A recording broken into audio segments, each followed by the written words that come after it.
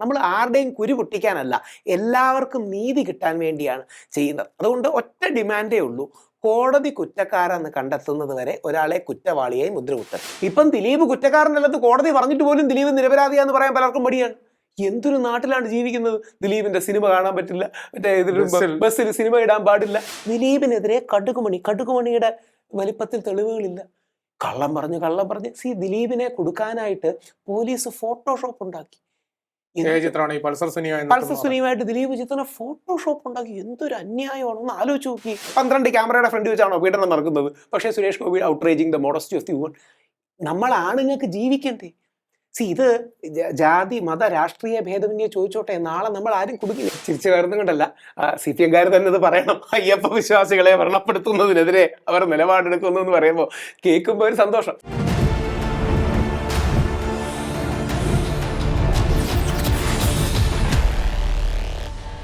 നമസ്കാരം, ടോക്കിംഗ് പോയിന്റിലേക്ക് സ്വാഗതം. 16 ദിവസത്തെ ജയിൽവാസത്തിന് ശേഷം രാഹുൽ ഈശ്വർ പുറത്തിറങ്ങിയിരിക്കുകയാണ്. മുമ്പുണ്ടായിരുന്ന അതേ നിലപാടിൽ തന്നെയാണോ രാഹുൽ ഈശ്വർ ഉറച്ചു നിൽക്കുന്നതെന്നാണ് ഇപ്പോൾ ചോദിക്കാനുള്ള ഒരു ചോദ്യം. ജയിൽവാസത്തിന് ശേഷം ആദ്യമായാണ് രാഹുൽ ഈശ്വർ ഒരു ഇന്റർവ്യൂവിലേക്ക് എത്തുന്നത്. നമസ്കാരം. ഞാൻ ആ ചോദ്യം തന്നെയാണ് വീണ്ടും ചോദിക്കുന്നത്. മുമ്പൊരു നിലപാടുണ്ടായിരുന്നു, മെൻസ് അസോസിയേഷൻ എന്ന് പറയുന്ന ഒരു നിലപാട്. അതിന്റെ പേരിലാണ് ഈ കോലാഹലങ്ങൾ മുഴുവൻ ഉണ്ടാകുന്നത്. അപ്പോൾ ഈ ഒരു ആശയത്തിൽ തന്നെ, അല്ലെങ്കിൽ ആ ഒരു കാര്യത്തിൽ തന്നെ ഉറച്ചു നിൽക്കുകയാണ്.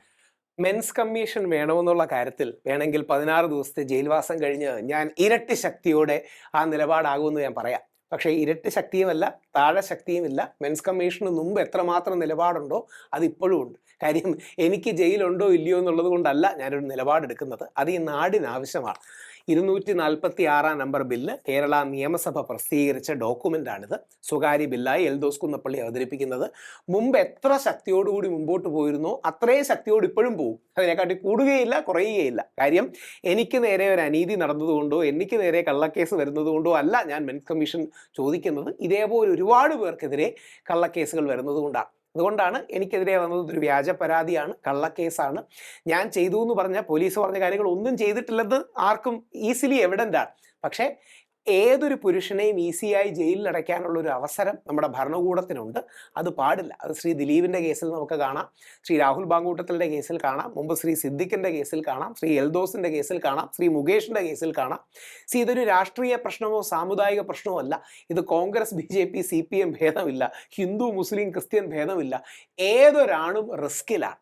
ആ പുരുഷന്മാർക്ക് വേണ്ടിയാണ് ഈ മെൻസ് കമ്മീഷൻ. അല്ല, ഞാൻ ഇതിലൊരു പ്രധാനപ്പെട്ട ചോദ്യം ചോദിക്കാറുള്ളത്, ഇപ്പോൾ ഈ മെൻസ് കമ്മീഷൻ അല്ലെങ്കിൽ മെൻസ് അസോസിയേഷൻ എന്നുള്ള കാര്യങ്ങളായിട്ടൊക്കെ മുന്നോട്ട് പോകുന്ന ഒരു സാഹചര്യത്തിലേക്കാണ് എത്തിക്കുന്നത്. ഇപ്പോൾ സവാദ് എന്ന് പറയുന്ന ഒരു ചെറുപ്പക്കാരനെ വളരെയധികം പൂമാലയിട്ട് സ്വീകരിച്ച ഒരു കാഴ്ച നമ്മൾ കണ്ടതാണ്. വീണ്ടും അതേ സാഹചര്യത്തിൽ അയാളെ പിടികൂടുന്ന ഒരു അവസ്ഥയുണ്ടായി.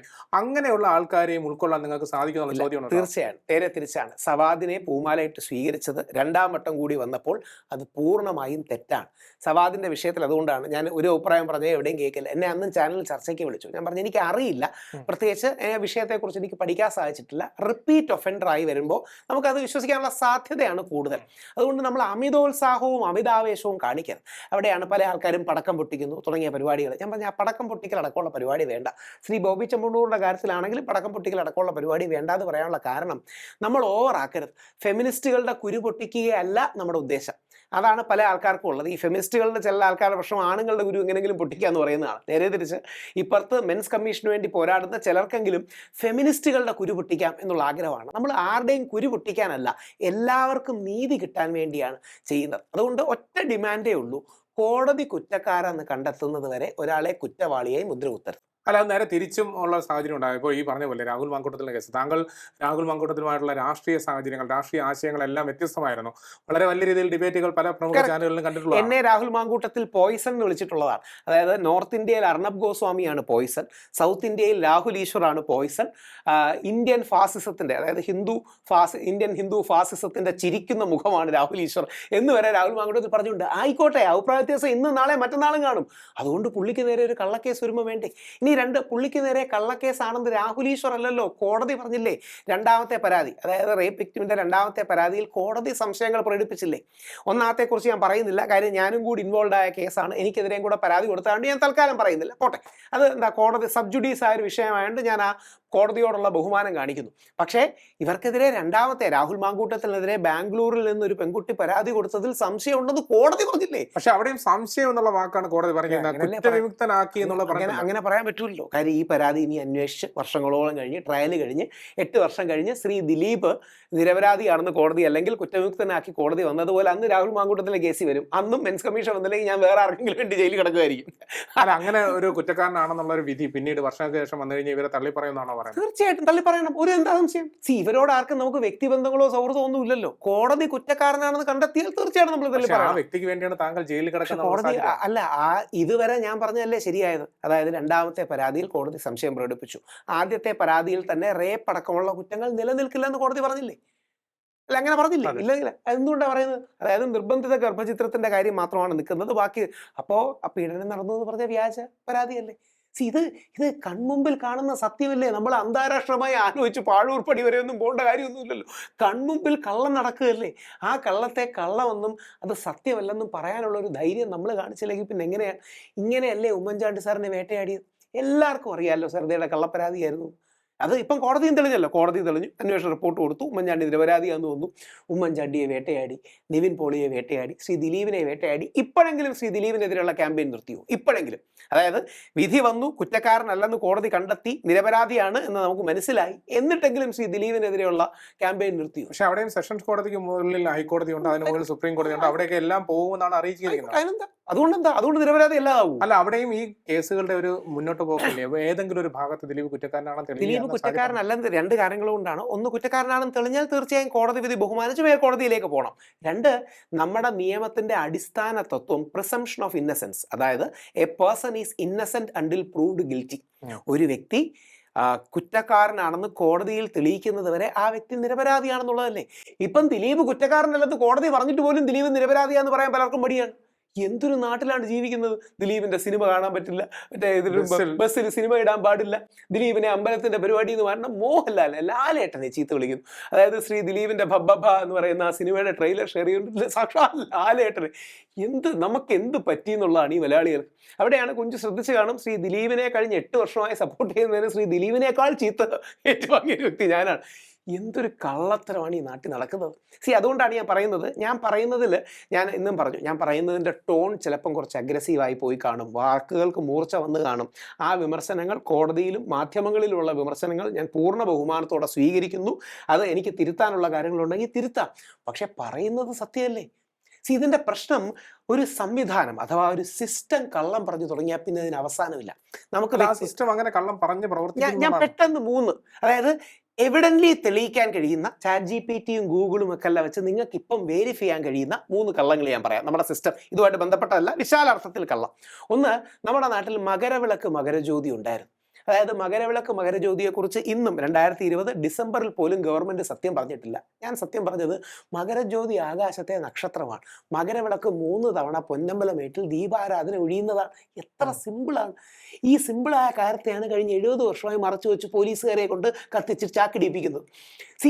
ഒരു സ്റ്റേറ്റ് കള്ളം ചെയ്യുകയാണ്. അതായത് ഒരു സംസ്ഥാനം, ഒരു ഭരണകൂടം, ഒരു സ്റ്റേറ്റ്. ഏത് സ്റ്റേറ്റ്? CPM ഭരിച്ച സ്റ്റേറ്റ്, കോൺഗ്രസ് ഭരിച്ച സ്റ്റേറ്റ്, മഹാനായ EMS നമ്പൂതിരിപ്പാടും നമ്മുടെ ലീഡർ K കരുണാകരൻ സാറും അടക്കമുള്ളവർ ഭരിച്ച സ്റ്റേറ്റിൽ ഇവരെല്ലാം അറിഞ്ഞുകൊണ്ടാണല്ലോ ചെയ്യുന്നത്. ഇവരെല്ലാം സ്റ്റേറ്റ് അറിഞ്ഞുകൊണ്ടല്ലേ? എത്ര സിമ്പിളാണ്.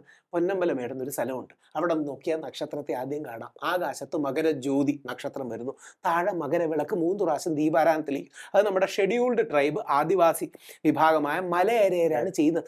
ഇപ്പോഴും അവർക്ക് അവകാശം തിരിച്ചു കൊടുത്തിട്ടില്ല. ഹൈക്കോടതിയിൽ എൻ്റെ കേസ് പെൻഡിങ് ആണ്. എന്താ കൊടുക്കാത്തതെന്നറിയോ? ഈ സത്യം അംഗീകരിക്കാൻ കൂടി. എത്ര സിമ്പിളാണ് ഒരു സത്യം. ഞാൻ മാത്രമാണല്ലോ അന്നും ഇന്നും പറയുന്നത്. കഴിഞ്ഞ 12 വർഷങ്ങളായി ഞാൻ പറയുന്നതാണ്, വേറെ ആരും ഇത് പറയുന്നില്ല. ചോദിച്ചാൽ അങ്ങ് മിണ്ടാതിരിക്കും.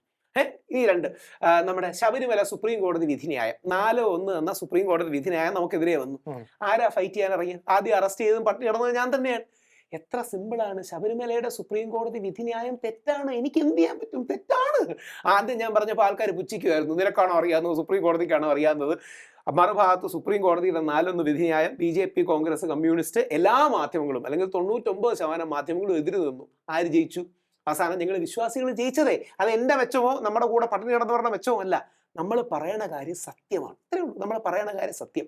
ശബരിമല സുപ്രീം കോടതി വിധിന്യായത്തിന്റെ അന്തസത്ത ശ്രീ സുബ്രഹ്മണ്യ സ്വാമി സൂചിപ്പിക്കുന്ന പോലെ, രാജ്യസഭാ എം പി ആയിരുന്ന സുബ്രഹ്മണ്യ സ്വാമി സൂചിപ്പിക്കുന്നത് പോലെ, ഇത് വെച്ച് യൂണിഫോം സിവിൽ കോഡിലേക്ക് ഒരു പാലമിടുകയും uniform civil കോഡിലൂടെ Muslim Christian personal law ഇല്ലാതാക്കുകയും അതിലൂടെ മുസ്ലിം ജനസംഖ്യ കുറയ്ക്കുകയും ചെയ്യുന്ന ഈ കള്ളത്തരം എന്തിനാണ്? ഈ കള്ളത്തരത്തിന്റെ പ്രശ്നം എന്താ അറിയോ? അതാണ് ഗാന്ധിജി പറയാറുണ്ട്, സത്യം സിമ്പിളാണ്, സത്യം വളരെ ലഘുവാണ്, കള്ളങ്ങളെ സങ്കീർണമാകാറുള്ളൂ. ഈ വളച്ചു കെട്ടി കള്ളവും സാധനം പറയേണ്ട ആവശ്യമുള്ളൂ. ശബരിമല മകരവിളക്ക് മകരജ്യോതി, സുപ്രീം കോടതിയുടെ 4-1 വിധിന്യായം. ഞാൻ സ്ഥിരം ഇതിപ്പം ഉള്ള ഇന്ത്യയുടെ ഈ കൊടിയുടെ സാധനം എത്ര സിമ്പിളാണ്. ഇന്ത്യയുടെ കൊടിയുടെ അർത്ഥം എന്താണ്? കാവ്യ തിരുവനന്തപുരം കാവ്യ പുതച്ചു എന്ന് പറഞ്ഞാൽ കമ്മ്യൂണിസ്റ്റുകാർ ജയിച്ചു എന്നാണോ? കോൺഗ്രസ്സുകാർ ജയിച്ചു എന്നാണോ? മുസ്ലിം ലീഗ് ജയിച്ചു എന്നാണോ? അല്ല, ആപ്പ് ജയിച്ചു എന്നാണോ? അല്ലല്ലോ, നമ്മൾ BJP ജയിച്ചു എന്നാണ്. അല്ലെങ്കിൽ ഹിന്ദുത്വ എന്ന് അവർ വിളിക്കുന്ന പ്രത്യയശാസ്ത്രം ഉള്ളതുകൊണ്ടാണ്.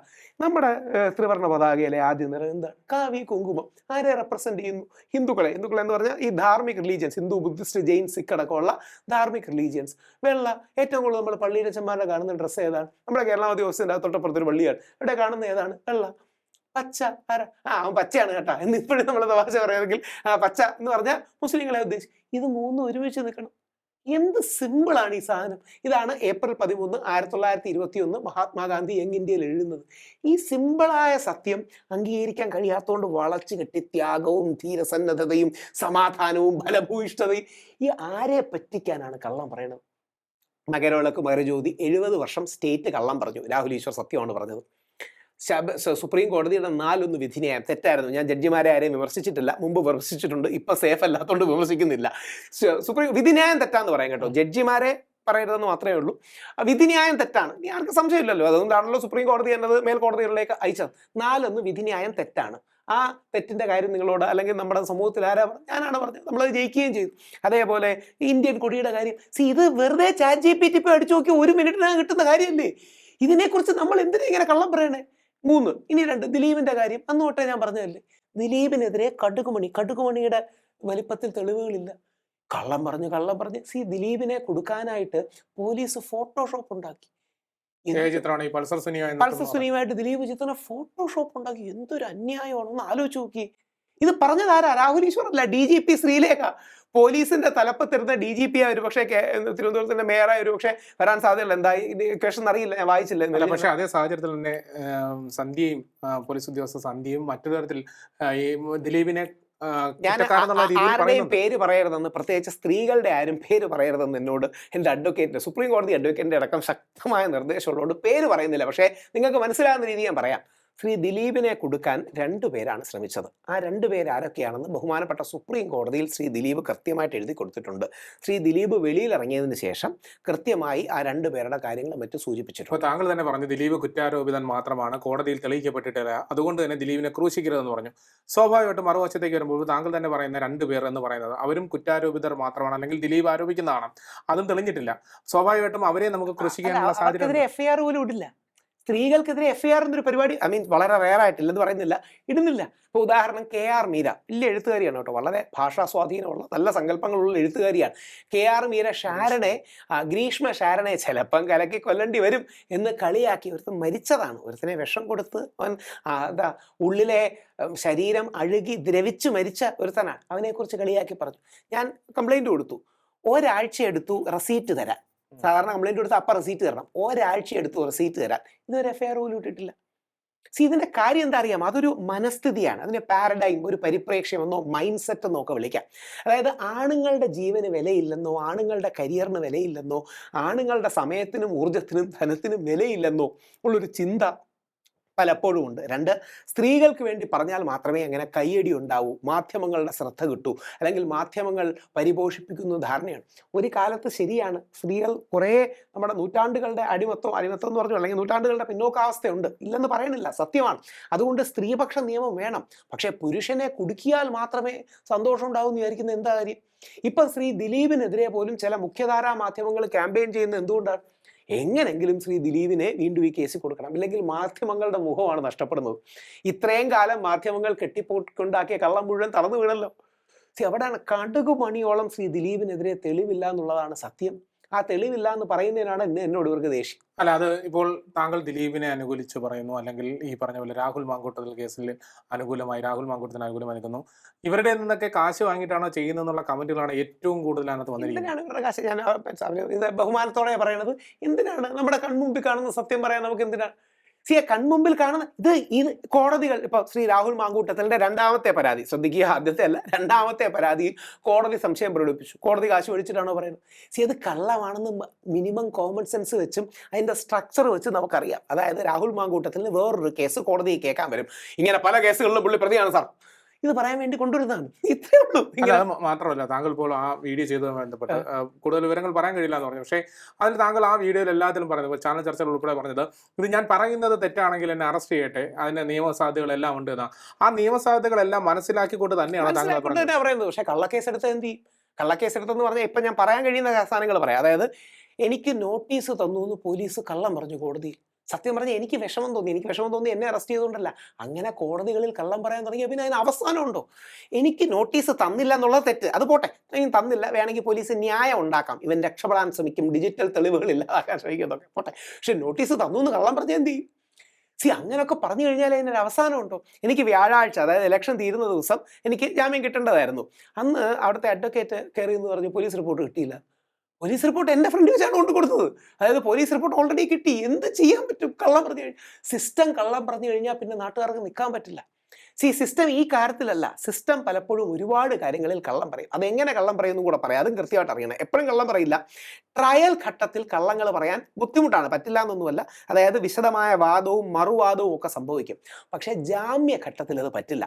ജാമ്യഘട്ടത്തിൽ കേസിന്റെ മെറിറ്റിലേക്ക് ഒരു പരിധിക്കപ്പുറം പോകാൻ പറ്റില്ല. സാധാരണ പോകാറേ ഇല്ലെന്ന് കോടതികൾ പറയുമെങ്കിലും മെറിറ്റ് കൂടെ നോക്കും, അതാണ് സത്യം. ഈ രാഹുൽ മാങ്കൂട്ടത്തിലായിട്ട് ഒരു രാഷ്ട്രീയപരമായിട്ടുള്ള ഒരു അകൽച്ച ഉണ്ടായെങ്കിലും ഇപ്പോൾ രാഹുൽ മാങ്കൂട്ടത്തിനെ വലിയ രീതിയിൽ പിന്തുണയ്ക്കുന്ന ഒരാളാണ്. സ്വാഭാവികമായിട്ടും നേരത്തെ നമ്മൾ ചോദിച്ച പോലെ പണം ഓഫർ ചെയ്തോ എന്നുള്ള ചോദ്യങ്ങളൊക്കെ കമന്റുകളായി വരുന്നുണ്ട്. അതിനോടൊപ്പം തന്നെ കേൾക്കുന്ന ഒരു കാര്യമാണ്, രാഹുൽ ഈശ്വർ അടുത്ത തവണ ഒരു സ്ഥാനാർത്ഥിയായി മത്സരിക്കാൻ സാധ്യതയുണ്ട്, അല്ലെങ്കിൽ മത്സരിക്കും എന്നുള്ള കാര്യം. എനിക്ക് കക്ഷി രാഷ്ട്രീയം, എനിക്ക് രാഷ്ട്രീയ വിദ്യാർത്ഥിയാണ്, പക്ഷേ കക്ഷി രാഷ്ട്രീയത്തിൽ താല്പര്യമില്ല. എനിക്ക് ഒന്ന് രണ്ട് പാർട്ടികൾ, പ്രമുഖ ഒന്നോ രണ്ടോ പാർട്ടികൾ, ഞാനൊരു റൈറ്റ് ലീനിങ് ആക്ടിവിസ്റ്റാണ്. അപ്പം CPM അല്ലാത്ത പാർട്ടികൾ നമുക്ക് സീറ്റ് അടക്കമുള്ള പല കാര്യങ്ങളെക്കുറിച്ചും സംസാരിച്ചിട്ടുണ്ട്. ഇപ്പം അല്ല, മുമ്പും എനിക്ക് അങ്ങനെ കക്ഷി രാഷ്ട്രീയത്തിൽ ഒന്നും വരാനുള്ള കഴിവ് കുറവാണ്. രണ്ട്, ഞാൻ അങ്ങനെ ഗാലറിക്ക് വേണ്ടി കൈയടിക്ക് വേണ്ടി പറയില്ല. അതുകൊണ്ട് ഇപ്പം നാളെ ഞാൻ ഏതെങ്കിലും ഒരു പാർട്ടി നിന്നു വിചാരിക്കട്ടെ, കോൺഗ്രസിലോ അല്ലെങ്കിൽ BJPയിലോ ഏതെങ്കിലും ഒരു പാർട്ടി നിന്നു വിചാരിക്കട്ടെ, നാളെ ശ്രീ മുകേഷിനെതിരെ വ്യാജ പരാതി വന്നാൽ ഞാൻ സന്തോഷത്തോടെ അത് വ്യാജ പരാതിയാണെന്ന് പറയും. അതാണ് ശ്രീ സുരേഷ് ഗോപി ചെയ്തത്, അതാണ് ആ മനുഷ്യന്റെ നന്മ. കക്ഷി രാഷ്ട്രീയ ഭേദമന്യേ സുരേഷ് ഗോപി മാധ്യമങ്ങളോട് ചൂടായി ചോദിച്ച ആ ചോദ്യം വളരെ പ്രസക്തമാണ്. മുകേഷ് കുറ്റക്കാരനാണെന്ന് കോടതി പറഞ്ഞു. എത്ര അടിസ്ഥാനപരമായ ചോദ്യമാണ്. ഇത് മലയാളികൾ ചോദിക്കേണ്ടതല്ലേ? അപ്പം ശ്രീ മുകേഷിനെതിരെ അങ്ങനെ അവസരം കിട്ടുമ്പം പരമാവധി മുകേഷിനെ ക്യാമ്പയിൻ, തിരിച്ച് രാഹുൽ മാങ്കൂട്ടത്തിനെതിരെ ഇട്ടുമ്പോൾ ഇവിടെ ക്യാമ്പയിൻ. സുരേഷ് ഗോപി ഒരു പെൺകുട്ടിയുടെ അല്ലെങ്കിൽ ഒരു മാധ്യമപ്രവർത്തകരുടെ തോളിൽ തട്ടി വെറും തമാശ പറഞ്ഞാൽ നമുക്കെല്ലാം അറിയാം. 12 ക്യാമറയുടെ ഫ്രണ്ട് വെച്ചാണോ പീഡനം നടക്കുന്നത്? പക്ഷേ Suresh Gopi outraging the modesty of the woman. നമ്മൾ ആണുങ്ങൾക്ക് ജീവിക്കണ്ടേ? ഇത് ജാതി മത രാഷ്ട്രീയ ഭേദമന്യേ ചോദിച്ചോട്ടെ, നാളെ നമ്മൾ ആരും കുടുങ്ങില്ല. ഇപ്പോൾ ഒരാളുടെ പേരും കൂടെ അടുത്ത് പറയാം, ഇനി പറയാതിരിക്കുന്നുണ്ട്. ഗൗരിദാസൻ നായർ സാർ എന്ന് പറഞ്ഞ ഹിന്ദുവിൻ്റെ, അതായത് തിരുവനന്തപുരത്തെ ഏറ്റവും പ്രമുഖ മാധ്യമപ്രവർത്തകൻ, സംശയമൊന്നുമില്ല. ഞാൻ ആലങ്കാരികമായി പലപ്പോഴും പറയും, ഗൗരിദാസൻ നായർ സാർ വെളിയിൽ വന്നാൽ നമ്മൾ അകത്ത് എണീച്ച് വയ്ക്കും. അത്രമാത്രം സീനിയോറിറ്റി, നല്ല ഇംഗ്ലീഷ്, നല്ല മലയാളം, കാര്യഗൗരവം, വളരെ സീനിയർ എല്ലാം. അദ്ദേഹത്തിൻ്റെ കരിയറും ജീവിതവും തകർക്കുന്നത് ഇതേപോലെ ഒരു പെൺകുട്ടി മദ്രാസ് ചെന്നൈയിൽ ഇരുന്ന് വ്ളോഗിൽ ഒരു സാധനം എഴുതി എനിക്ക് നേരെ അഡ്വാൻസ് ചെയ്തു. ഇതാണ് സാധനം. താഴെ മറ്റൊരാൾ വന്ന് എഴുതുന്നു, അത് ഈ വ്യക്തിയല്ല, പുള്ളി VRS എടുക്കേണ്ടി വന്നു, പുള്ളിയുടെ ലൈഫ്, പുള്ളി ഇപ്പം പബ്ലിക് സ്പീയറിൽ എത്രമാത്രം കാണാറും കാര്യങ്ങളും ഉണ്ട്.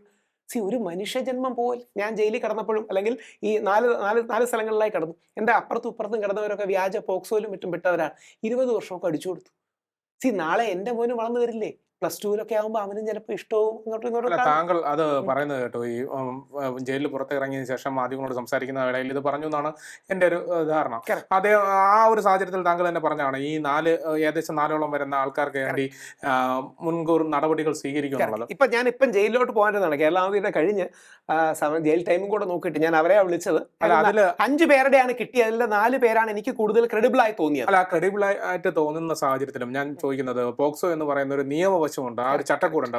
ആ ചട്ടക്കൂടിനുള്ളിൽ നിന്ന് ചെയ്യാൻ പറ്റാത്ത എന്ത് കാര്യമാണ് രാഹുൽ ഈശ്വറിന് ചെയ്യാൻ കഴിയും? 2 കാര്യങ്ങളാണ്. ഒന്ന്, പോക്സോ വളരെ മൈൻഡ്ലെസ് ആപ്ലിക്കേഷൻ, അഥവാ പെട്ടെന്ന് സോളിഡ് ഉദാഹരണം പറയാം. ഞാൻ മെഡിക്കൽ കോളേജ് ജയിൽ സെല്ലിൽ കിടക്കുകയാണ്. തൊട്ടിപ്പുറത്ത് കിടന്ന വ്യക്തി പേര് പറയായിരിക്കും, സുരേഷ്, പേര് പറ അല്ലെങ്കിൽ ഒരാൾ എടുത്തിരുന്നാൽ മതി, ഒരാൾ. അയാൾ കുറച്ച് ബുദ്ധിമാൻ അല്ലെങ്കിൽ ബൗദ്ധികമായിട്ടൊക്കെ നോർമലി അല്ലെങ്കിൽ ഉള്ള ഒരാളാണ്. ഈ വ്യക്തിയെ സ്കൂളിലെ പിള്ളേർ സ്ഥിരം ഇങ്ങനെ കളിയാക്കുകയും ബഹളം വെക്കുകയും ഒക്കെ ചെയ്യാറുണ്ട്. അപ്പോൾ ഈ വ്യക്തി എന്തോ പിള്ളേരോട് പറഞ്ഞ് തർക്കത്തിന്റെ പേരിൽ അടികൂടി മറ്റൊരു കുട്ടി അങ്ങോട്ട് പോയപ്പം പേടിച്ച്, ഇവരടിക്കുമെന്ന് പേടിച്ച് ഇങ്ങനെ കയറി കെട്ടിപ്പിടിച്ചാണ്. അതായത് 3:30 4 മണിക്കോ ഒക്കെ ആയിരിക്കും സംഭവിക്കുക. ആ സമയത്ത് ഈ സംഭവിച്ചാണ് 20 വർഷം പോക്സോ ഓടിച്ചു കൊടുത്തു. 2 വേറെ കേസുകൾ. ഒന്ന് ഒരു മുസ്ലിം പയ്യനാണ്, അവൻ 19 വയസ്സ്, ആ പെൺകുട്ടിക്ക് 17 വയസ്സ്. ഇവരുടെ അച്ഛൻ, ഉമ്മ, ബാപ്പ ഇവർക്കെല്ലാം നല്ല പരസ്പര ബന്ധവും സ്നേഹവും, കല്യാണം കഴിക്കാൻ പോവുകയാണ്. ഇവർക്ക് പരസ്പരം ബന്ധവും കാര്യങ്ങളും ഉണ്ടായിരുന്നു. കല്യാണം കഴിച്ചു ഇപ്പോൾ എൻ്റെ ഭാര്യയാണ്. പക്ഷേ ഇവൾ +2 പഠിക്കുമ്പോൾ സ്കൂളിലെ കൗൺസിലിംഗ് എന്നൊരു പരിപാടിയുണ്ട് ഇപ്പോൾ, കൗൺസിലിംഗിന്റെ ഭാഗമായിട്ട് ചോദിക്കുകയും ഇവളത് പറയുകയും ചെയ്തു. അയാൾ റിപ്പോർട്ട് ചെയ്തു. അവൻ 20 വർഷം പോക്സോ ഓടിച്ചു കൊടുത്തു. എന്തിന്? അവന്റെ ഭാര്യയല്ലേ. അല്ല, അതില് ജെന്യൂൻ ആയിട്ടുള്ള സംഭവങ്ങളും വരാറുണ്ടോ? ഇല്ലെന്ന് ആരും പറയണില്ല. അവിടെയാണ് ഈ ജെന്യൂൻ ആയിട്ടുള്ള സംഭവങ്ങൾ എടുത്താൽ പോരെ, ബാക്കിയുള്ളതിനൊരു ചെക്ക് ആൻഡ് ബാലൻസ് വേണ്ടേ? ഇപ്പൊ ഉദാഹരണം കുട്ടിക്കൽ ജയേന്ദ്രന്റെ കേസ്, കുറച്ചുകൂടെ പ്രമാദമായ കേസ് ആയതുകൊണ്ട് പറയാം. കുട്ടിക്കൽ ജയേന്ദ്രന് 6.5 മാസം ഒളിവിൽ കഴിയേണ്ടി വന്നു. എന്തുകൊണ്ടാണ്? ഇനി കുട്ടിക്കൽ ജയേന്ദ്രൻ, മറുവയസ്സുള്ള കുട്ടിയുടെ കാര്യം പറയുന്നില്ല, കുട്ടിക്കൽ ജയേന്ദ്രന്റെ ഭാര്യയാണ് അത് വലിയ രീതിയിൽ ഫൈറ്റ് ചെയ്തത്. ഇതിന്റെ കാര്യമേ ആരെയും വ്യാജമായിട്ട് ചെയ്യാം. ഞാൻ ഇനി പ്രകടമായി വ്യാജ കേസെന്ന് പെട്ടെന്ന് ബോധ്യപ്പെടുന്ന 2-3 കാര്യങ്ങൾ, ഇല്ലെങ്കിൽ ഇനി ഐഡന്റിറ്റി ഡിസ്ക്ലോസ് ചെയ്തു എന്നൊക്കെ പറഞ്ഞു വേണമെങ്കിൽ വലിയ പ്രശ്നം ഉണ്ടാക്കും. ഉമ്മൻചാണ്ടി എന്തായാലും വേട്ടക്കാരനല്ലല്ലോ, സരിത എന്തായാലും അതിജീവിതയല്ലല്ലോ, ആർക്കും തർക്കമില്ലല്ലോ. നിവിൻ പോളിക്കെതിരെ വന്ന വ്യാജ കേസുകളാണെന്ന്, കാര്യം നിവിൻ പോളി, കൊച്ചി നിൽക്കുന്ന നിവിൻ പോളി ദുബായി നിൽക്കുന്ന സ്ത്രീയെ എന്തായാലും റേപ്പ് ചെയ്യില്ലല്ലോ. ആ വ്യാജ പരാതി കൊടുത്ത പെൺകുട്ടി ഉറക്കപ്പിച്ച് കാരണം ഡേറ്റ് മാറിപ്പോയതാണെന്ന് വൈകിട്ട് 7 മണി തൊട്ട് 9 മണി വരെ പ്രൈം ടൈമിൽ ഇരുന്ന് പറഞ്ഞ് ആ പെൺകുട്ടിക്കെതിരെ എന്തെങ്കിലും ആക്ഷൻ എടുത്തു? എന്താ ഇല്ലാത്ത? അതായത് നിവിൻ പോളിയുടെ പരാതി കള്ളപ്പരാതിയാണെന്ന് ഇനിയും തർക്കമൊന്നുമില്ല, ഇനി അതിന് ഫോറൻസിക് റിപ്പോർട്ടിന്റെ ഒന്നും ആവശ്യമില്ല. അതായത് പെൺകുട്ടി ദുബായിൽ, നിവിൻ പോളി കൊച്ചിയിൽ, എങ്ങനെയായാലും റേപ്പ് ചെയ്യാൻ പറ്റൂല്ലോ. ഈ പെൺകുട്ടിക്കെതിരെ എന്താ ആക്ഷൻ എടുക്കാത്ത? ഇതിന്റെ പ്രശ്നം ആർക്കും അതൊരു ബോധരേഷനല്ല. ഞാൻ അതുകൊണ്ടാണ് പലപ്പോഴും പറയുന്നത്, നമ്മൾ കള്ളം പറയരുത്. കള്ളം പറഞ്ഞ പൊതു കാര്യങ്ങളിൽ, ഈ വ്യക്തിപരമായ കാര്യങ്ങളിൽ കള്ളം പറഞ്ഞാലും കുഴപ്പമില്ല. 2 കാര്യങ്ങൾ ചോദിക്കണം. ഒന്നാമത്തെ കാര്യം, ഈ കള്ളം പറയുന്ന ആയിട്ട് ബന്ധപ്പെട്ടാണ്. താങ്കൾ ഈ അറസ്റ്റിലാവുന്ന ദിവസം തന്നെ, അന്നേ ദിവസം ഒരു വീഡിയോ പ്രീമിയർ ചെയ്ത് വെച്ചിട്ടാണ് പോകുന്നത്. ആ വീഡിയോയിൽ താങ്കൾ പോലീസിനോട് പറയുന്നത് ലാപ്ടോപ്പ് ഇവിടെ ഇല്ല, ഓഫീസിലാണെന്നാണ്. പക്ഷേ പിന്നീട് താങ്കൾ തന്നെ ആ വീഡിയോയിൽ പറയുന്നുണ്ട് ലാപ്ടോപ്പ്. ഞാൻ പബ്ലിക്കായി പറയുന്ന വീഡിയോ ഇല്ല, ഞാൻ തന്നെ പബ്ലിക്കലായി പോലീസിനോട് പറയുന്ന കാര്യം എന്താ അറിയോ? ശബരിമല സീസൺ കാലത്ത് എൻ്റെ ലാപ്ടോപ്പിട്ട് യാതൊരു ബന്ധവുമില്ല. എൻ്റെ ലാപ്ടോപ്പ് പോലീസ് എടുത്തുകൊണ്ട് പോയി. 1 വർഷം കഴിഞ്ഞാണ് തിരിച്ച് കിട്ടിയത്. സ്ക്രീൻ പൊട്ടിയിട്ടുണ്ടായിരുന്നു. 44,000 രൂപ എൻ്റെ കയ്യിൽ നിന്നായി. എനിക്ക് തോന്നുന്നു അതും വേറൊരു ചർച്ചയിലോ വീഡിയോയിലോ പറയുന്നുണ്ട്. ഇതിന്റെ പ്രശ്നമേ പോലീസുകാർ വന്നിട്ട് എന്തെങ്കിലുമൊക്കെ ചെയ്തു, റിക്കവറി ഒക്കെ ചെയ്തു എന്ന് പറയുന്ന ഒരു ആംഗിളിന് വേണ്ടി പറയുന്നതാണ്. ഇപ്പം തന്നെ എനിക്കെതിരെ മറ്റേ പരാതിക്കാരിയെ അധിക്ഷേപിച്ചു എന്നാണ് പോലീസ് പറയുന്നത്. അതിന് എൻ്റെ ലാപ്ടോപ്പും എൻ്റെ ഫോണും കൊണ്ടിട്ട് എന്താ? തമ്മിലിന്റെ കാര്യങ്ങളൊക്കെയാണ് സൂചിപ്പിച്ചത്. അല്ല, 2 തമ്മിലെ എൻ്റെ കേസിന്റെ മെറിറ്റിലേക്ക് കടക്കാൻ പറ്റാത്തതുകൊണ്ട് പറയാണ്, വെറുതെ നോക്കണം. ഞാൻ തമ്മിൽ ആരുടെയാണ് ഇട്ടത്? ഒരു AI മോഡലിന്റെ അല്ലേ? അശ്വതി അച്ചു എന്ന് പേരുള്ള ഒരു AI മോഡലിന്റെ അല്ലേ? അതെങ്ങനെയാണ് ഈ പരാതിക്കാരിയുടെ ആവുന്നത്? പോലീസുകാർ ഒരു ചോദ്യം എന്നോട് ചോദിച്ചു, അതിൽ ഞാൻ പകച്ചുപോയി. ഇപ്പം കുഞ്ചുവിന്റെ ഒക്കെ ചോദ്യങ്ങൾക്ക് എനിക്ക് ഒരുപാട് ഉത്തരം പറയാൻ കഴിയുന്നുണ്ട്. പക്ഷേ പോലീസുകാർ ഒരു ചോദ്യം ചോദിച്ചു. ആ ചോദ്യം എങ്ങനെയായിരുന്നു? ഈ ഫോട്ടോ കണ്ടിട്ട് അത് തൻ്റേതാണെന്ന് പരാതിക്കാരിക്ക് തോന്നിയാൽ അല്ല എന്ന് ഞങ്ങൾ എങ്ങനെ പറയും? ഞാൻ പറഞ്ഞു, സാർ എന്താ ഉദ്ദേശിച്ചത്? എനിക്കപ്പോൾ ആദ്യം ആ ചോദ്യം മനസ്സിലായില്ല. ഈ ഫോട്ടോ കണ്ടിട്ട് അത് തൻ്റെ ഫോട്ടോ ആണെന്ന് പരാതിക്കാരിക്ക് തോന്നിയാൽ അല്ല എന്നെങ്ങനെ ഞങ്ങൾ പറയാം? ഞാൻ പറഞ്ഞു, സാറെ കണ്ണ് കണ്ടാൽ പോരെ, അത് നമുക്ക് മനസ്സിലാവില്ലേ? പോലീസ് പറഞ്ഞില്ല, അതിന് ഫോറൻസിക് റിപ്പോർട്ട് വേണോ? ഇതിലുമായി ബന്ധപ്പെട്ട്, ദിലീപിന്റെ കേസുമായി ബന്ധപ്പെട്ട് പറഞ്ഞപ്പോൾ ഒരു ചോദ്യം കൂടി ചോദിക്കാനാണ്. ദിലീപിനെ അംഗീകരിക്കുന്ന, ഉൾക്കൊള്ളുന്ന, അല്ലെങ്കിൽ അദ്ദേഹത്തെ അനുകൂലിക്കുന്ന താങ്കൾ വേടനെ അംഗീകരിക്കുമോ എന്നുള്ള ചോദ്യം? 100%. വേടന്റെ രാഷ്ട്രീയം എൻ്റെ രാഷ്ട്രീയത്തിൽ നിന്ന് ഘടകവിരുദ്ധമാണ്. ഞാൻ വേടനും അനുകൂലമായിട്ട് 2-3 വീഡിയോ ചെയ്തിട്ടുണ്ട്. വേടൻ ദളിത്, മുസ്ലിം, ഇടത് എന്ന് പറയുന്ന രാഷ്ട്രീയ പരിസരത്ത് നിൽക്കുന്ന വ്യക്തിയാണ്. അത് ശരിയാകാൻ തെറ്റാകാം. ഞാനൊരു ഹിന്ദു വലതുപക്ഷ ആക്ടിവിസ്റ്റാണ്. ഹിന്ദു ഐക്യം വേണമെന്നും നായരിയുടെ ഐക്യം വേണമെന്നും അല്ലെങ്കിൽ നമ്പൂതിരി മുതൽ നായാടി വരെയുള്ള ഐക്യം വേണമെന്നും വിശ്വസിക്കുന്ന ഹിന്ദു ഐക്യം, എന്നാൽ അതിനോടൊപ്പം മുസ്ലിം വിരോധം വേണ്ട, ഹിന്ദു മുസ്ലിം ക്രിസ്ത്യൻ ഐക്യം വേണ്ട എന്ന ഗാന്ധിയൻ ഹിന്ദു എന്ന് പറയുന്ന ഒരു ലൈനുള്ള വ്യക്തിയാണ് ഞാൻ. എൻ്റെ നേരെ വിരുദ്ധമാണ് വേടന്റെ ലൈൻ. വേടന്റെ ലൈൻ എന്ന് പറഞ്ഞാൽ ദളിത്, മുസ്ലിം, ഇടത് ഐക്യം, ആ ഓർഡറിൽ ആദ്യം ദളിത്, രണ്ടാമത് മുസ്ലിം, മൂന്നാമത് ഇടതും പരമാവധി ചേർത്ത് നിർത്താൻ നോക്കുന്നത് ആ സ്പേസ് ആണ്. അതുകൊണ്ടാണ് അവാർഡ് കൊടുക്കുന്നത്, അതുകൊണ്ടാണ് ഈ കേസും കാര്യങ്ങളൊക്കെ വരുന്നത്. എന്തുകൊണ്ടാണ് വേടൻ സപ്പോർട്ട് ചെയ്യപ്പെടുന്നത്? വേടൻ പറയുന്ന രാഷ്ട്രീയത്തോട് എനിക്ക് 1-2 അഭിപ്രായ വ്യത്യാസങ്ങളുണ്ട്. പക്ഷെ പ്രശ്നമെന്ന് പറഞ്ഞാൽ വേടനും ഒരു പുരുഷനാണ്, അവനെയും കൊടുക്കാൻ എളുപ്പമാണ്. കൊടുക്കാൻ ആരെയും ചെയ്യരുത്. ഞാൻ ഏറ്റവും സിമ്പിളായി ചോദിക്കാം. വേടന്റെ കാര്യത്തിൽ മഹാത്മാഗാന്ധി വേടന്റെ രാഷ്ട്രീയത്തോട് യോജിക്കാത്ത വ്യക്തിയാണ്. ശ്രീനാരായണ ഗുരുദേവൻ പക്ഷേ വേടന്റെ രാഷ്ട്രീയത്തോട് യോജിക്കാത്ത വ്യക്തിയാണ്. ഇന്ന് ഗുരുദേവനോ മഹാത്മാഗാന്ധിയോ ജീവിച്ചിരുന്നെങ്കിൽ അവരുടെ മുമ്പിൽ പോയി നമ്മൾ ചോദിക്കുകയാണ്, ഒരു പണി കൊടുത്താൽ ആ വേടൻ അവർ സമ്മതിക്കൂ? ശ്രീനാരായണ ഗുരുദേവനോ ചട്ടമ്പി സ്വാമിയോ മഹാത്മാഗാന്ധിയോ മഹാത്മാ അയ്യങ്കാളിയോ ശിവാനന്ദ ഗുരുദേവനോ വിവേകാനന്ദ സ്വാമി ആരെങ്കിലും ജീവിച്ചിരിപ്പുണ്ടെന്ന് എന്നിരിക്കട്ടെ, അവരോടൊന്ന് പറയുകയാണ്, നമ്മൾ ഗുരുദേവ നമ്മുടെ രാഷ്ട്രീയത്തിനെതിരുള്ള രാഷ്ട്രീയമുള്ള ആളാണ്, നമുക്കൊരു പണി കൊടുത്താലോ എന്ന് പറഞ്ഞാൽ നമ്മുടെ ഗുരുദേവനോ മഹാത്മാഗാന്ധിയോ വിവേകാനന്ദനോ സമ്മതിക്കൂ? എന്തുകൊണ്ടാണ്? മിനിമം എത്തിക്സ് അല്ലേ? വേടനെ രാഷ്ട്രീയപരമായിട്ട് എതിർക്കാം. ഇപ്പം വേടൻ കാശ്മീരി പണ്ഡിറ്റുകളെ കുറിച്ച് വേടന്റെ മറ്റേ ഭൂമി നല്ല വേടന്റെ കൃതി ഗംഭീരമാണ്. പക്ഷെ അതിൽ കാശ്മീരി പണ്ഡിറ്റുകളുടെ വേദന പറയുന്നേ ഇല്ല. 5 ലക്ഷത്തോളം കാശ്മീരി ഹിന്ദുക്കൾ കാശ്മീരിൽ നിന്ന് പോകേണ്ടി വന്നു എന്നാണ് കണക്ക്. 3, ചിലർ 3 എന്ന് പറയുന്നു, ചിലർ 5 എന്ന് പറയുന്നു, ചിലതിലും കൂട്ടി പറയുന്നത്. എന്തായാലും ലക്ഷക്കണക്കിന് ഹിന്ദുക്കൾക്ക് പോകേണ്ടി വന്നു, അടുത്ത് തർക്കമില്ല. അപ്പോൾ കാശ്മീരി ഹിന്ദുക്കളുടെ കാര്യം വേടൻ പറയുന്നില്ല. ശരിയാണ്, വേടനുള്ള ആക്സസ് എന്ന് പറയുന്നത് ദളിത് മുസ്ലിമാണ് എന്ന് പറഞ്ഞ് വേടനെ കള്ളക്കേസ് കൊടുക്കണം. ഇപ്പൊ ആലോചിച്ച് നോക്കിയേ, രാഹുൽ മാങ്കൂട്ടത്തിൽ എന്നെ കുറിച്ച് ഹിന്ദു ഫാസിസത്തിന്റെ ചിരിക്കുന്ന മുഖം എന്ന് പറഞ്ഞു. നന്നായി, അവനൊരു പണി കിട്ടേണ്ടതുണ്ട് എന്ന് വിചാരിച്ചു കഴിഞ്ഞാൽ ഈ ലോകം നിൽക്കൂ. അവിടെയാണ് മഹാത്മാഗാന്ധി പറയുന്നത്. പ്രത്യേകിച്ച് നമ്മൾ ഹിന്ദുക്കളും ഇന്ത്യക്കാരും നോക്കേണ്ടത്, അംബേദ്കറെ കുറിച്ച് മഹാത്മാഗാന്ധി പറയുന്നുണ്ട്, അംബേദ്കർ നമ്മുടെ തല തല്ലി പൊളിക്കുന്നില്ല, അത് തന്നെ അംബേദ്കറിന്റെ ഭാഗത്തു നിന്നുള്ള ആത്മനിയന്ത്രണമാണ്. കാര്യം അത്രമാത്രം നമ്മുടെ ജാതീയതയിൽ നമുക്ക് തെറ്റ് പറ്റിയിട്ടുണ്ട്. അത്രമാത്രം ഈ ജാതീയതയുടെ പേരിൽ നമ്മുടെ പിന്നോക്ക വിഭാഗങ്ങളോടും മറ്റും ഇല്ലാതാക്കിയിട്ടുണ്ട്. അവിടെയാണ് ഗുരുദേവനാകട്ടെ, ചട്ടമ്പി സ്വാമി ആകട്ടെ, വിവേകാനന്ദ സ്വാമി ആകട്ടെ, മഹാത്മാഗാന്ധി ആകട്ടെ, അത് നന്നാക്കി കൊണ്ടുവന്നാണ്. എന്നിട്ട് ഗാന്ധിജി പറയുന്നത് അതിന് നമുക്കൊരു ഉൾക്കുത്ത് വേണം, അല്ലെങ്കിൽ അതിന് നമുക്കൊരു തെറ്റാന്നുള്ള. വിവേകാനന്ദ സ്വാമിയോട് ജാതി വിവേചനം കാണിച്ചു. അതായത് ഈ ഇന്ന് കാണുന്ന ഹിന്ദു എന്ന് നമ്മൾ പറയുന്ന ഈ ധർമ്മത്തെ ഇങ്ങനെ നിലനിർത്തിയത് വിവേകാനന്ദ സ്വാമിയാണ്, ഗാന്ധിജിയാണ്. വിവേകാനന്ദ സ്വാമിയാണ് SNDPയുടെ സ്ഥാപകർ അല്ലെങ്കിൽ ആശയങ്ങളുള്ള മഹാനായ ഡോക്ടർ പൽപുവിനോട് പറയുന്നത്, നിങ്ങളുടെ അവിടെ യുഗപ്രഭാവനായ ഒരു സന്യാസിയെ ശ്രീനാരായണ ഗുരുദേവനെ കണ്ടെത്തുക. അങ്ങനെയാണ് വിവേകോദയം എന്ന പേരിൽ SNDPക്ക് ഇതുണ്ടാകുന്നത്. അപ്പോൾ ആ പാതയിൽ നമ്മൾ പോകണം. എന്നാൽ അതിനോട് വിരോധമുള്ള പാതകൾ കാണും എന്ന് പറഞ്ഞ് അവനെ കല്ലെറിയണം, അവനെ കള്ളക്കേസ് കൊടുക്കണം. ഇത് നമ്മുടെ മറ്റേ സന്ദേശ സിനിമയിലെ എന്തായിരുന്നു, മറ്റേ ശങ്കരാടിയുടെ റോളുണ്ടായിരുന്നു, പേര് ഞാൻ വിട്ടുപോയി, കുമാരപിള്ള ഓർമ്മയുടെ എല്ലാവർക്കും. നമ്മുടെ ശങ്കരാടിയുടെ ലോജിക്കാണ്, എതിർ പാർട്ടികളിൽ കഴിവുള്ള 1-2 പയ്യന്മാർ വന്നിട്ടുണ്ട്, മാക്സിമം അവനെ അങ്ങ് ചെയ്തോളാം. ഇതെല്ലാവരോടും ചെയ്യും. ഇത് സുരേഷ് ഗോപിയോട് ചെയ്യും, ഷാഫി പറമ്പലിനോട് ചെയ്യും, മുകേഷിനോട് ചെയ്യും, എൽദോസ് കുന്നപ്പള്ളിയോട് ചെയ്യും. അപ്പം നമ്മുടെ പാർട്ടിയിലെ എതിർ പാർട്ടിക്കാർ വരുമ്പോൾ ഇത് രാഹുൽ മാങ്കൂട്ടത്തിലും പറ്റിയിട്ടുള്ള തെറ്റാ. അതായത് രാഹുൽ മാങ്കൂട്ടത്തിൽ കൊല്ലത്ത് എന്ന് പ്രസംഗിച്ചിട്ടുണ്ട്. ഈ മുകേഷ് എന്ന് പറയുന്നത് ഗോവിന്ദചാമിയെ പോലെയാണ്. എന്തൊരു അന്യായമാണ്. രാഹുൽ മാങ്കൂട്ടത്തിന്റെ ജീവിതത്തിന്റെ പ്രായത്തെക്കാൾ കൂടുതൽ കലാരംഗത്ത് അനുഭവമുള്ള ഒരു വ്യക്തിയാണ് മുകേഷ് ഏട്ടൻ. എന്തുമാത്രം മുകേഷ് ഏട്ടന്റെ മനസ്സ് വേദനിച്ചു കാണും. അപ്പൊ അതും തെറ്റായിരുന്നു. അയ്യോ, അത് തെറ്റാണെന്നല്ല, അത് തീർച്ചയായിട്ടും രാഹുൽ മാങ്കൂട്ടത്തിൽ എന്തെങ്കിലും, ഞങ്ങൾ ഇപ്പോൾ സംസാരിക്കാനൊന്നും പറ്റിയിട്ടില്ല, ഈ വിഷയങ്ങളൊക്കെ ഉണ്ടായിരുന്നു, എന്തെങ്കിലും കാണുമ്പോൾ പേഴ്സണലി കാണുമ്പോൾ ഞാൻ പറയും, രാഹുലെ അതിനാണ് ആദ്യം മാപ്പ് പറയേണ്ടത്. മുകേഷ് ഏട്ടനെ ആ രീതി, കാര്യം ഗോവിന്ദചാമി മുകേഷ് ഏട്ടൻ എന്ത് കമ്പാരിസൺ ആണ്. മുകേഷ് ഏട്ടനെതിരെ 11 പേർക്കെതിരെ കള്ളപ്പരാതി കൊടുത്തു, ഒരു സ്ത്രീ മുകേഷ് ഏട്ടനെതിരെ കള്ളപ്പരാതി കൊടുത്തു. ഇതാണല്ലോ സംഭവം. അതുകൊണ്ട് ഗോവിന്ദചാമി എന്നൊക്കെ പറയുന്നത് ഒന്നുമില്ല. നാളെ CPM വിട്ട് മുകേഷ് ഏട്ടൻ കോൺഗ്രസ് വന്ന ഇത് പറയൂ, BJP കാരത് പറയൂ. തിരിച്ച് ഈ പാർട്ടിക്കാർ അങ്ങോട്ടും ഇങ്ങോട്ടും ഒക്കെ പോവാമല്ലോ. അവിടെ ഇപ്പോൾ സരൻ പോയില്ലേ, സരൻ കോൺഗ്രസിന്റെ ശക്തനായ പടയാളിയാണ്, CPMന്റെ കൂടെ ആയിരുന്നു. ഇനി സരനെ CPM കാരെന്തെങ്കിലും പറയൂ. അങ്ങനെ രാഷ്ട്രീയം നോക്കി ചെയ്യരുത്. 2 പ്രമുഖരായ 2 നേതാക്കൾ, പേര് പറയുന്നില്ല, ഒരു ബോംബ് അവർക്കെതിരെ വരുന്നുണ്ട് എന്നൊക്കെ പറയുന്നുണ്ട്. സ്ത്രീകളെ ബോംബായി യൂസ് ചെയ്യുന്നതിനേക്കാൾ വലിയതിലും മോശമായ സ്ത്രീ വിരുദ്ധത എന്തെങ്കിലും ഉണ്ടോ? അതായത് സ്ത്രീ ആരോപണങ്ങളെ ബോംബായി ഉപയോഗിക്കുന്നതിലും മോശമായ വേറെ എന്തെങ്കിലും കാര്യമുണ്ട്? അതുകൊണ്ട് നമ്മൾ ഇത്രയേ ഉള്ളൂ, സിമ്പിൾ കാര്യം. കോടതി കുറ്റക്കാരനാണെന്ന് പറയുന്നത് വരെ നമ്മൾ ഒരാളെ ബ്രാൻഡ് ചെയ്യാതിരിക്കുക, നമ്മൾ ഒരാളെ മോശമാക്കാതിരിക്കുക. അതിനാണ് ഈ മെൻസ് കമ്മീഷൻ ബിൽ. ഇപ്പോൾ ഞങ്ങളുടെ അടക്കം ഈ ദീപിക ഭരദ്വാജ്, നമ്മുടെ നാഷണൽ ലെവലിലുള്ള വലിയൊരു നമ്മുടെ നേതാവും നമുക്കൊക്കെ വലിയ ഇൻസ്പിറേഷനാണ്, സ്ത്രീയാണ്. അവരുടെയൊക്കെ കൂടെ ശ്രമഫലമായിട്ട് കൂടിയാണ് ഇപ്പോൾ അശോക് കുമാർ മിത്തൽ രാജ്യസഭയിൽ ഒരു മെൻസ് കമ്മീഷൻ ബില്ല് അവതരിപ്പിച്ചിട്ടുണ്ട്. കാര്യം ഇല്ലെങ്കിലേ ആൾക്കാരുടെ ലൈഫ് പോവാണ്. വെറുതെ ഒരു ആരോപണം വന്നാൽ മതി, ആ ആരോപണത്തിന്റെ പേരിൽ അവരെന്നും അങ്ങനെ ബ്രാൻഡഡ് ആകുകയാണ്. അത് ചെയ്യരുത്, അത് അന്യായമാണ്. അല്ല, താങ്കൾ ഇപ്പോൾ നമ്മുടെ മുന്നിൽ ഇരിക്കുന്നതുകൊണ്ട് തന്നെയാണ് അതുമായി ബന്ധപ്പെട്ട മറ്റൊരു കാര്യം, ഈ കേസുമായി ബന്ധപ്പെട്ട കാര്യമൊന്നുമല്ല. അതായത് താങ്കൾ ഈ സേവ് ശബരിമല പ്രൊട്ടസ്റ്റ് അതൊക്കെ തുടങ്ങി വെച്ച ആൾ കൂടിയാണ്. അപ്പോൾ ഇപ്പോൾ ഈ തിരഞ്ഞെടുപ്പ് സമയത്ത് ഏറ്റവും കൂടുതൽ ട്രെൻഡായിട്ടുള്ളത് പോറ്റിയെ കയറ്റി എന്നുള്ള ഒരു ഭക്തിഗാനത്തിന്റെ പാരഡി ഗാനമായിരുന്നു. ഇപ്പോൾ അതിനെതിരെ CPM രംഗത്തെത്തിയിട്ടുണ്ട്. അത് മതവികാരത്തെ വ്രണപ്പെടുത്തുന്നു, അല്ലെങ്കിൽ അത് ഹിന്ദുത്വത്തെ വ്രണപ്പെടുത്തുന്നു, അയ്യപ്പനെ അപമാനിക്കുന്നതാണെന്ന് പറയുന്നു. എന്താണ് താങ്കളുടെ അഭിപ്രായം?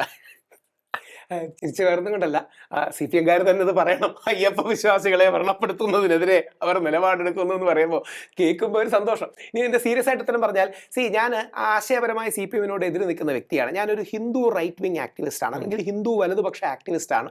CPM സെക്കുലർ ലെഫ്റ്റാണ്. പക്ഷേ ഞാൻ സഖാക്കളെ ബഹുമാനിക്കുന്ന ഒരു വ്യക്തിയാണ്. സഖാവ് എന്ന വാക്കിന് ഒരു നന്മയുണ്ട്. നമ്മൾ പ്രത്യേകിച്ച് ഒരു കാലത്ത് നമ്മുടെ ജാതീയതയൊക്കെ ഉണ്ടായിരുന്ന കാലത്ത്, സമത്വം ഇല്ലാതിരുന്ന കാലത്ത് സഖാക്കന്മാരാണ് ഒരർത്ഥത്തിൽ പല കാര്യങ്ങളും ഹിന്ദു സമൂഹത്തെ ഒരുമിച്ച് നിർത്തി. അതുകൊണ്ട് ചരിത്രപരമായി നമ്മുടെ AKG ആണെങ്കിലും കൃഷ്ണപിള്ള അടക്കമുള്ളവർക്ക് വലിയൊരു ബാക്ക്ഗ്രൗണ്ട് ഉണ്ട്. അപ്പം അതിനെ നമ്മൾ ബഹുമാനിച്ചുകൊണ്ടേ സംസാരിക്കുക. അതുകൊണ്ട് എല്ലാ സഖാക്കളും മോശമാണെന്ന് പറയുന്നത് ശരിയല്ല.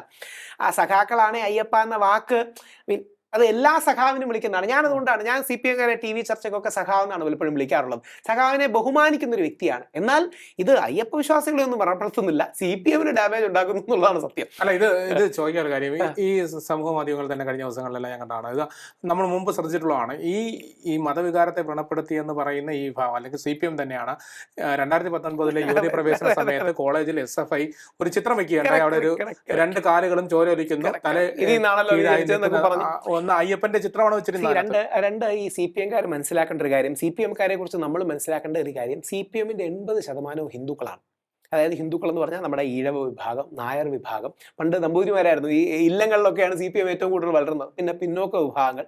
അപ്പോൾ CPM-കാർ പലപ്പോഴും നമ്മുടെ കൂടെ തന്നെ ഉള്ളവരാണ്, എന്നാൽ ആശയപരമായ വ്യത്യാസമാണ്. അതുകൊണ്ട് CPM-കാരെ നിലപാട് പറഞ്ഞ് തിരുത്തി സ്വീകരിച്ച് സ്വാഗതം ചെയ്യണം എന്നൊരു സ്റ്റാൻഡാണുള്ളത്. കുറച്ചുകൂടെ കൃത്യമായി പറഞ്ഞാൽ ശങ്കരാചാര്യരുടെ ഭാഷയിൽ, ശങ്കരാചാര്യരുടെ കാലത്തെ ഹിന്ദു ലെഫ്റ്റാണ് ബുദ്ധിസ്റ്റുകൾ. ശങ്കരാചാര്യരവരെ തിരിച്ച് നമ്മുടെ മാതൃധർമ്മത്തിലേക്ക്, ഹിന്ദു ധർമ്മത്തിലേക്ക്, സനാതന ധർമ്മത്തിലേക്ക് കൊണ്ടുവരികയാണ് ചെയ്തത്. അതേപോലെ CPM-കാരെ തിരിച്ചു കൊണ്ടുവരിക എന്നുള്ളൊരു ഉദ്യമമാണ് നമ്മൾ ചെയ്യേണ്ടത്. CPM-കാരെ ഈ സഖാക്കളാണ് അയ്യപ്പ എന്ന വാക്ക് കേൾക്കുമ്പോൾ എനിക്കൊരു വിഷമമാണ്. വേറെ ഒന്നും കൊണ്ടില്ല. ഇപ്പം ചെഗുവേരയുടെ മോള് വന്നിരുന്നു. ചെഗുവേരയുടെ മോള് എന്ന് പറഞ്ഞാൽ ഞാൻ വളരെ താല്പര്യത്തോടെ കാണാൻ പോയി. എൻ്റെ ബൈക്കിൻ്റെ പേര് ലാ പെഡ്രോസ എന്നാണ്. ലാ പെഡ്രോസ എന്ന് പറഞ്ഞാൽ നമ്മുടെ ചെഗുവേരയുടെ ബൈക്കാണ്. അതാണ് ഈ BJP നേതാക്കൾക്കും പലപ്പോഴും ഉണ്ടാകുന്ന പ്രശ്നം. ചെഗുവേരയൊക്കെ ആക്രമിക്കും. നമുക്ക് ചെഗുവേരയോട് എന്താ ദേഷ്യം?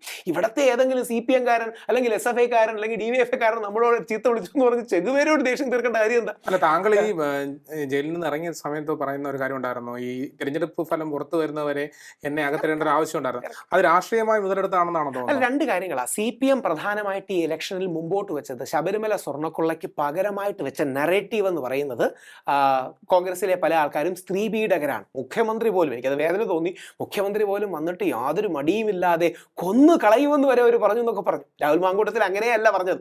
രാഹുൽ മാങ്കൂട്ടത്തിൽ പറഞ്ഞത് അവർ തമ്മിലുള്ള പേഴ്സണൽ കോൺവെർസേഷനിൽ എന്നെ നീ കൊല്ലുവോ എന്ന് ചോദിച്ചപ്പോൾ രാഹുൽ മാങ്കൂട്ടത്തിൽ പറഞ്ഞു, എടാ നിന്നെ കൊല്ലാനാണെങ്കിൽ എങ്ങനെ ആവശ്യമില്ലല്ലോ എന്ന അർത്ഥത്തിലാണ് പറയുന്നത്. പക്ഷേ മുഖ്യമന്ത്രി പോലും അത് ആ കൊല്ലുക എന്ന വാക്കിന്റെ ധ്വനി മാറ്റി പ്രയോഗിക്കുകയുണ്ടായി. അപ്പം മുഖ്യമന്ത്രി അടക്കമുള്ളവർക്ക് അറിയാം, ഞാൻ വെളിയിൽ വരികയാണെങ്കിൽ ഞാനാണല്ലോ ഇതിനെതിരെ ക്യാമ്പയിൻ ചെയ്തത്. പ്രധാനമായിട്ട് എന്റെ ചോദ്യം തെരഞ്ഞെടുപ്പിൽ ആ ബലിയാട് രാഹുൽ ഈശ്വർ ആയിരുന്നു. അതൊരു അനുഭവമാണ്. ഒരു പക്ഷേ ദൈവം വിധിക്കുന്ന കാര്യങ്ങളാണിതെല്ലാം. നമ്മുടെ ഈ യേശുക്രിസ്തു പറയുന്നുണ്ട്, I have A plan for you. അത് എല്ലാ പ്രവാചകന്മാരുടെയും അർത്ഥമാണ്. അതായത് ദൈവത്തിന് നമ്മളെ കൊണ്ടൊരു പ്ലാൻ ഉണ്ട്. ഒരു പക്ഷേ നമ്മളിപ്പം സഹായിക്കാൻ തീരുമാനിച്ച 4-5 ജയിൽ പുള്ളികൾക്ക് വേണ്ടിയായിരിക്കാം. എന്തിനാ പോകണമെന്ന് നമുക്കറിയില്ല. നമ്മളാൽ കഴിയുന്ന ചെറിയ ചെറിയ ഉപകാരങ്ങൾ ചെയ്തു കൊടുക്കാം എന്ന് ഉദ്ദേശിച്ചാണ്. അപ്പോൾ ഏതെങ്കിലും രീതിയിൽ അർത്ഥത്തിലായിരിക്കും. എനിക്കത് കിടക്കുന്നതിൽ വിഷമമില്ല. പക്ഷേ വിഷമം എന്താന്ന് പറഞ്ഞാൽ ഈസി ആയിട്ട് ഇത് മിസ്യൂസ് ചെയ്യാം. 2 പോലീസും പ്രോസിക്യൂഷനും കള്ളം പറയുന്നത് കേൾക്കുമ്പോൾ എനിക്ക് വിഷമം തോന്നും. അങ്ങനെ കള്ളം പറയും. അങ്ങനെ കള്ളം പറഞ്ഞു തുടങ്ങിയ പിന്നെ അവസാനമില്ല, ഇങ്ങനെ വിഷമമേ. അതായത് 11-ാം തീയതി, അതായത് പോലീസുകാരുടെ പ്ലാൻ എന്ന് പറഞ്ഞാൽ 11-ാം തീയതി എനിക്ക് ജാമ്യം തരാമെന്നായിരുന്നു. പോലീസുകാർ വിരോധമൊന്നുമില്ല. പോലീസുകാർ അനുകൂലമായിട്ട് റിപ്പോർട്ടും കൊടുത്തു, ഇയാൾ സഹകരിച്ചു എന്നൊക്കെ പറഞ്ഞ് റിപ്പോർട്ട് കൊടുത്തു. അപ്പൊ അന്ന് കേട്ടാൽ അന്ന് കിട്ടും, ജാമ്യം കിട്ടണ്ട. അന്ന് അഡ്വക്കേറ്റ് കയറി പറഞ്ഞു റിപ്പോർട്ട് കിട്ടിയില്ല എന്നൊക്കെ കള്ളം പറഞ്ഞ് എന്ത് ചെയ്യും? അപ്പൊ റിപ്പോർട്ട് കിട്ടിയില്ലെന്ന് പറഞ്ഞാൽ ജഡ്ജി 2-3 ദിവസം മാറ്റി വെക്കും. അതിനുശേഷം ശനി ഞായറുമാണ്, പിന്നെ തിങ്കളാഴ്ചയാണ്.